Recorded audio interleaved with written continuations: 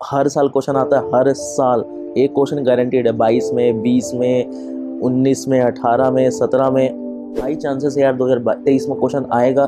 तुम्हें पता है स्क्रू गेज का लीस्ट काउंट का formula pitch by number of division chance है 2023 में क्वेश्चन आएगा। कुछ नहीं करना होता है, तुम्हें एक सर्किट दे देगा। ये सर्किट किसके इक्विवेलेंट है? ज़ोर के इक्विवेलेंट है, नैंड के इक्विवेलेंट है, एंड के इक्विवेलेंट। 1/√2n पाई डी स्क्वायर रट लो यार। 20 में क्वेश्चन आया है, 21 में क्वेश्चन आया है। एनसीईआरटी में ये फॉर्मूला दे रखा है।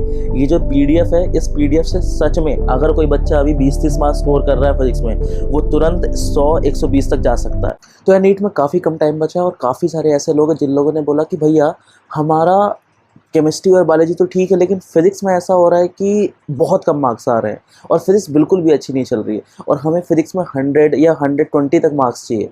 तो यार एक चीज़ समझना, फिजिक्स में 180 नंबर लाना हो सकता है थोड़ा ज़्यादा डिफिकल्ट हो नीट में, लेकिन 100 नंबर लाना, 120 नंबर लाना बिल्कुल डिफिकल्ट नहीं होता है। मैंने पर्सनली 180 स्कोर किया है। मुझे पता है कि यार नीट वाले एक पर्टिकुलर सेट्स ऑफ टॉपिक होते हैं जिनसे क्वेश्चन पूछते हैं, और मैंने आज बहुत मेहनत करके सारे टॉपिक जो भी मैं अपने नोट्स के अंदर लिखता था, जो भी मैंने अपने प्रीवियस ईयर क्वेश्चन वाली बुक में मार्क करके रखा था, ये वाला क्वेश्चन एम्स में आया, ये वाला क्वेश्चन जेई में आया, ये वाला क्वेश्चन नीट में आया, ये क्वेश्चन रिपीट हो सकता है, वो सारे क्वेश्चन आज मैंने इंक्लूड किए। ये 20 से 25 क्वेश्चन में से मेरी गारंटी है कि यार करीबन 15-16 क्वेश्चन डायरेक्टली तुम्हें देखने को मिलेंगे और इनसे रिजेंबल करते हुए क्वेश्चन आएंगे। तो यार आज मैं क्या करने वाला हूँ, अपने क्वेश्चन बताने वाला हूँ। क्वेश्चन के बाद वो प्रीवियस ईयर क्वेश्चन मैंने अटैच किए। तो ये वीडियो ख़त्म होने के बाद तुम्हें क्या करना है कि अभी वीडियो के दौरान पेन पेपर लेके बैठना है, लिखना है कि ये टॉपिक से, ये चैप्टर से ये टॉपिक इंपॉर्टेंट है, इससे ये क्वेश्चन है, इससे ये क्वेश्चन है। दूसरा, वीडियो खत्म होने के बाद तुम्हें क्या करना है, ये क्वेश्चन सॉल्व करना है, ये क्वेश्चन सॉल्व करना है, क्योंकि मैंने 2021 में अगर ये 2 क्वेश्चन आया था तो मैंने वो क्वेश्चन इसमें ऐड किया है जो कि कंसेप्चुअल ज़्यादा है और रिपीट करने के चांस है। हो सकता है कि इस पीडीएफ से डायरेक्टली एज इट इज़ 8 से 10 क्वेश्चन रिपीट हो जाएं, ऑप्शन तक चेंज ना करें, क्योंकि नीट में क्वेश्चन बहुत ज़्यादा रिपीट होते हैं प्रीवियस ईयर से।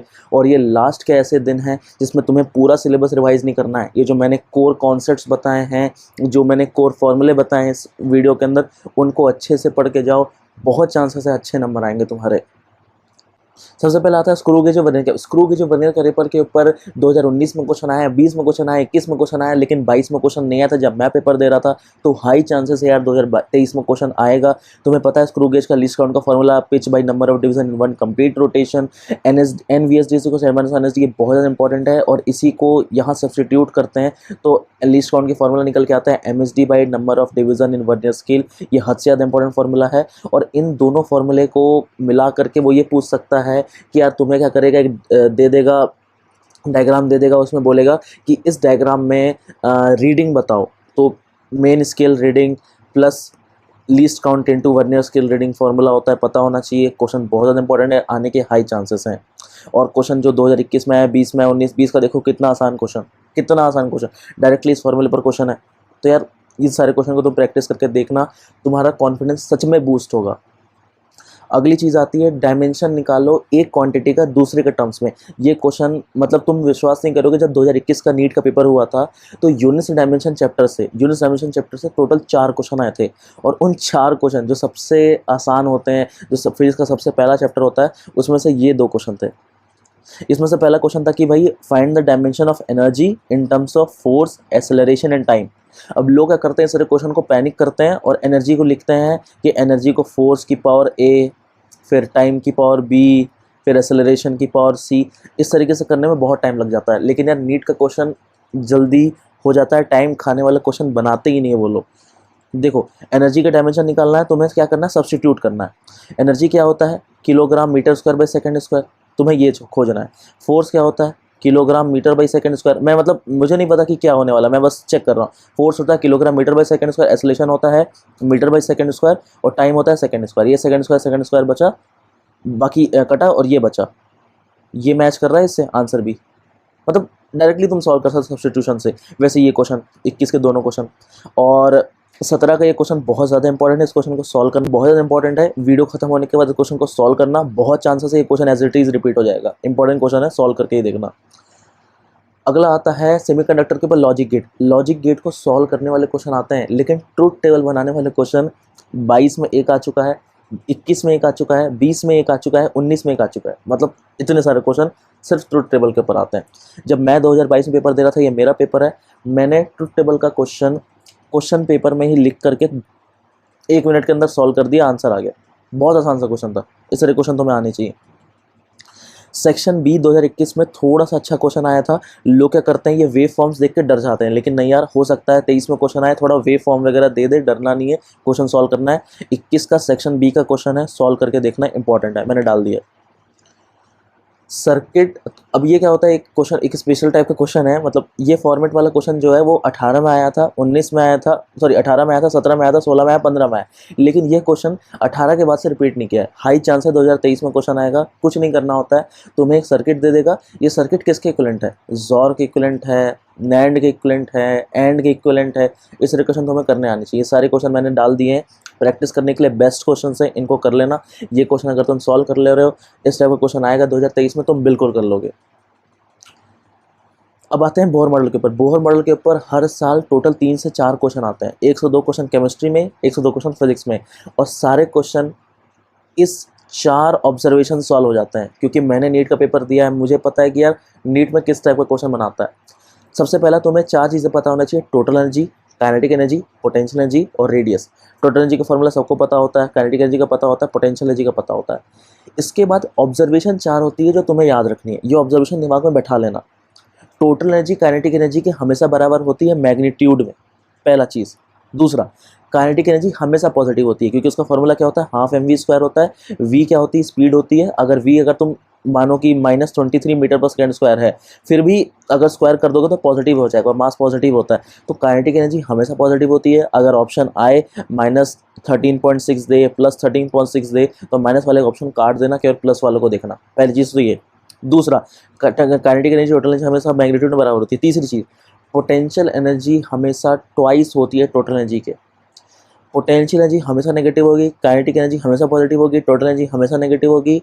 और जब लोअर ऑर्बिट से हायर ऑर्बिट में जाएंगे, टोटल एनर्जी हमेशा बढ़ेगी, पोटेंशियल एनर्जी हमेशा बढ़ेगी, काइनेटिक एनर्जी हमेशा कम होगी, हमेशा। ये हमेशा बोहर मॉडल के लिए ट्रू है, मैं सिर्फ बोहर मॉडल की बात कर रहा हूँ। और रेडियस बढ़ता है, सबको पता है। अब काइनेटिक एनर्जी बाहर जाने से कम क्यों होती है, इसको विजुअलाइज करने का तरीका मैंने बताया था कि यार मान लो ये न्यूक्लियस है, न्यूक्लियस के पास इलेक्ट्रॉन घूम रहा है, तो तेज तेज से घूमता है, तो इसकी काइनेटिक एनर्जी ज़्यादा है। दूर जाएगा तो धीरे धीरे घूमेगा। इस तरीके से विजुअलाइज कर सकते हो। अब तुम इस छोटे से कॉन्सेप्ट के ऊपर देख सकते हो, मतलब 18 में इतना आसान क्वेश्चन आया था। नीट के क्वेश्चन सॉल्व करने के लिए पेन भी नहीं उठाने होते कई बार। ये देखो, रेशियो ऑफ काइनेटिक एनर्जी तो टोटल एनर्जी, मैंने क्या बताया, काइनेटिक एनर्जी टोटल एनर्जी हमेशा बराबर होती है, रेशियो 1:1 आना चाहिए, लेकिन टोटल एनर्जी हमेशा नेगेटिव होती है, तो माइनस आएगा। तो आंसर बी, बिना पेन उठाए सॉल्व। इसने क्या किया, टोटल एनर्जी की वैल्यू दे दी -3.4, टोटल एनर्जी की वैल्यू दे दी -3.4। टोटल एनर्जी की वैल्यू देने के बाद इसने क्या पूछ लिया, काइनेटिक एनर्जी पूछ लिया, पोटेंशियल एनर्जी पूछ लिया। टोटल एनर्जी की वैल्यू पता है, काइनेटिक एनर्जी हमेशा उसके बराबर होती है, पोटेंशियल एनर्जी हमेशा उसके ट्वाइस होती है, इसके बराबर, इसके ट्वाइस। आंसर बी, बहुत आसान से क्वेश्चन सॉल्व हो जाता है।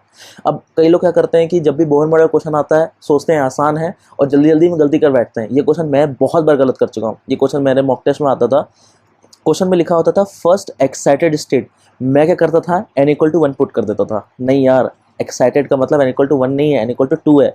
मैं यार मतलब अपनी गलतियाँ जो मुझे याद आई इस पीडीएफ को तैयार करते समय मैंने लिख दी हैं। इन गलतियों को रिपीट मत करना, गलतियाँ रिपीट नहीं करोगे, सिली मिस्टेक्स नहीं होंगी, अच्छे मार्क्स आएंगे यार। तो यार ये सब तो ठीक है, लेकिन नीट में इतने कम टाइम बच गए हैं और इस टाइम पे तुम्हें पता होगा कि तुम्हें मॉक टेस्ट देना चालू कर देना चाहिए। वो भी दिन में 1-2 मॉक टेस्ट तो देना ही होता है इस टाइम पे। तो यार तुम लोगों के लिए एक ऑल इंडिया लेवल का फ्री मॉक टेस्ट लेकर आया हूँ, जो है कैरियर किक का मॉक टेस्ट। इसकी खास बात है कि इसके जो क्वेश्चन है वो एनसीईआरटी बेस्ड हैं। कई बार क्या होता है, हम लास्ट तक आउट ऑफ एनसीईआरटी के क्वेश्चन में घेरे रह जाते हैं और ये डर लगता है कि नीट में ऐसा क्वेश्चन आ जाएगा, वैसा क्वेश्चन है कि नहीं यार, इसके mock test NCERT based question है। दूसरी चीज़, कई बार क्या होता है कि फिजिक्स के कई कोचिंग वाले हद से ज़्यादा डिफिकल्ट क्वेश्चन बना देते हैं, लेकिन नहीं यार, इसके क्वेश्चन एवरेज हैं, एनसीईआरटी बेस्ड हैं। प्रीवियस ईयर क्वेश्चन जिस टाइप के होते हैं वैसे ही क्वेश्चन है, मतलब चांसेस है कि रिजेंबल करते हुए क्वेश्चन तुमको नीट में देखने को मिलेंगे। दूसरी चीज़, इंग्लिश मीडियम और हिंदी मीडियम दोनों में है। कई बच्चे हिंदी मीडियम के होते हैं, तो यार हिंदी मीडियम का मॉक टेस्ट भी ऊपर से फ्री ऑफ कॉस्ट है। तो इस ऐप का लिंक डिस्क्रिप्शन पे है, एक बार जाके चेक करो, एक मॉक टेस्ट देकर देखो कि तुम्हारे कितने स्कोर आ रहे हैं, कितना तुम परफॉर्म कर रहे हो, कौन से टॉपिक वीक हैं, एनालिसिस भी होती है इसके अंदर। और उस टॉपिक को फिर से एक बार रिवाइज करो, हो सकता है तुम्हारा प्लांट किंगडम भूल चुके होगे, तो बता देगा कि यार ये टॉपिक वीक है, तुम उससे जाकर रिवाइज कर सकते। अगली चीज़ आती है वेवलेंथ का रेशियो निकालने वाला। ये क्वेश्चन से नीट बहुत ज़्यादा ऑब्सेस्ड है, बहुत क्वेश्चन डालता है, 17, 16, 11 बहुत क्वेश्चन आए।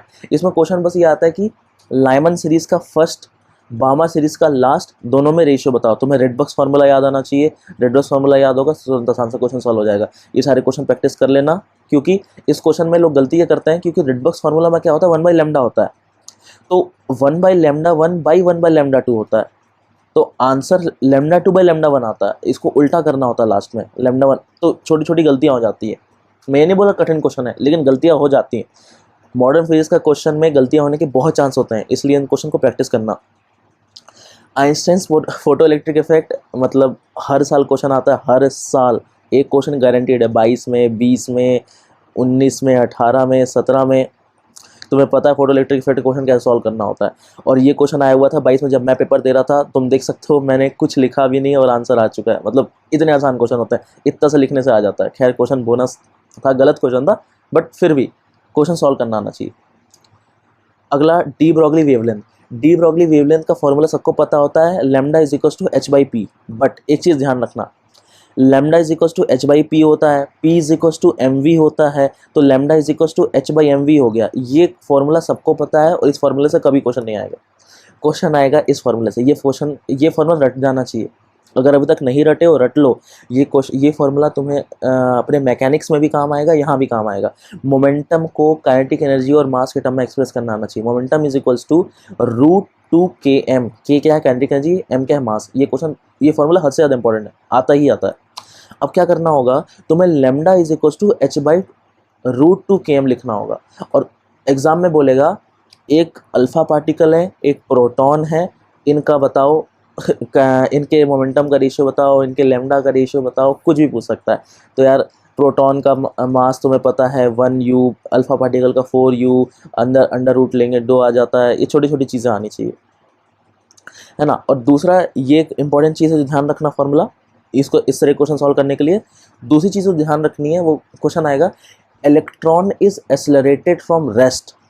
एनसीईआरटी में ये फॉर्मूला दे रखा है, कई लोग इस फॉर्मूले को याद नहीं रखते हैं, लेकिन याद रखना, lambda is equal to 12.27 by root potential Armstrong. ध्यान रखना आंसर किस में आता है, आर्मस्ट्रॉन्ग में आता है।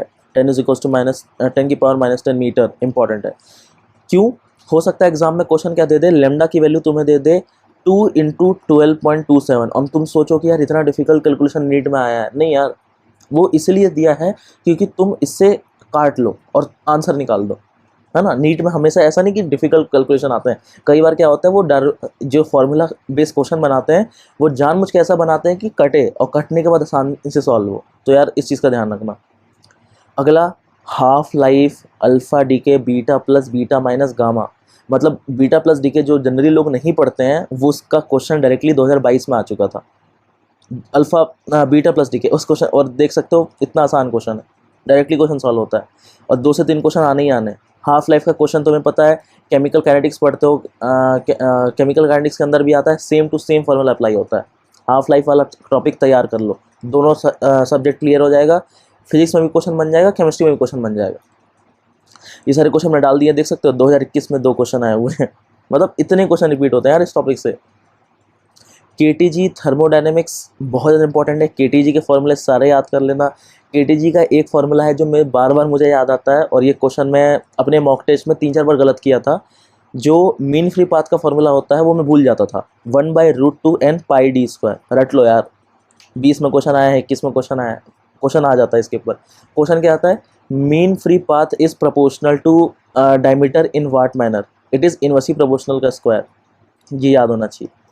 अगला, तुम्हें प्रोसेस आने चाहिए यार। पीवी लूप कैसे बनता है, ये आइसोकोरिक है, आइसोबारिक है, एडियाबेटिक कौन सा है और आइसोथर्मल कौन सा है।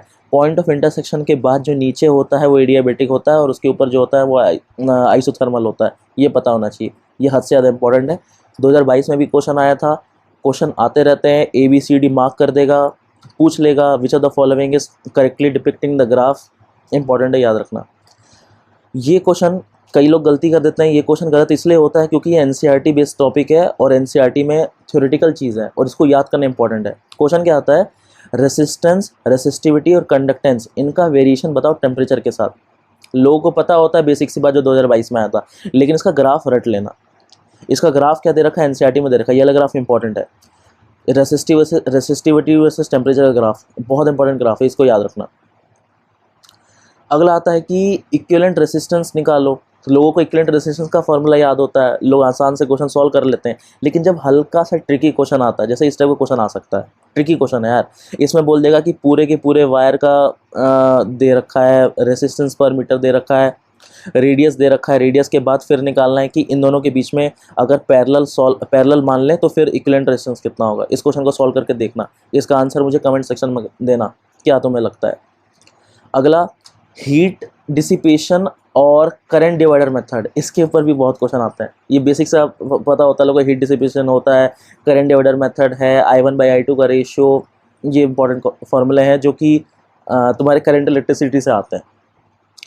इलेक्ट्रोस्टैट्स के ऊपर जितने भी फार्मूले हैं सारे फार्मूले रट लो यार, मैग्नेटिज्म के जितने फार्मूले सारे फार्मूले रट लो। इलेक्ट्रोस्टैट से एक दो क्वेश्चन आएगा ही आएगा जो फार्मूला बेस होगा, इलेक्ट्रोस्टैट्स और मैग्नेटिज्म से भी एक दो क्वेश्चन आएगा जो फार्मूला बेस होगा। और इलेक्ट्रोस्टैट और मैग्नेटिज्म के ग्राफ सॉल्व करते ही तुम्हारे ग्रेविटेशन के ग्राफ सॉल्व हो जाएंगे, क्योंकि ग्रेविटेशन से ग्राफ वाले क्वेश्चन आते हैं और इलेक्ट्रोस्टैट से भी आते हैं, तो यार दोनों के ग्राफ सेम ही होते हैं। तुम्हें पता है स्फीयर वाला सिलेंड्रिकल सिमेट्री के साथ डिस्क का फार्मूला, रिंग का फार्मूला, ये सारे फार्मूले मैंने डाल दिए हैं मेरे खुद के शॉर्ट नोट्स से। जब मैं पढ़ता था तो मैं इन तरीके से रिवाइज करता था, याद करता था। और यार इस वीडियो को बनाने में सच में मेहनत लगी है। ये जो PDF है, इस PDF से सच में अगर कोई बच्चा अभी 20-30 मार्क्स स्कोर कर रहा है फिजिक्स में, वो तुरंत 100-120 तक जा सकता है। तो यार इस चीज़ का फ़ायदा उठाओ, इस PDF को डाउनलोड करो, इसके क्वेश्चन सॉल्व करो, और क्वेश्चन सॉल्व करने के बाद बताओ कि कैसा लगा और किस तरीके से हेल्प चाहिए, क्योंकि यार मैं चाहता हूँ कि नीट के अभी 7-8 दिन बचे हैं, इसमें मैं जितना अपना एफर्ट तुम लोग के लिए डाल सकूँ डाल दूँ, और तुम सच में नीट फोड़ के आओ।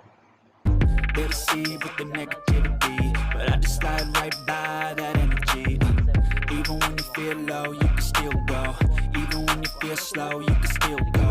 Even when there's no hope, you can still go. I never ran, sit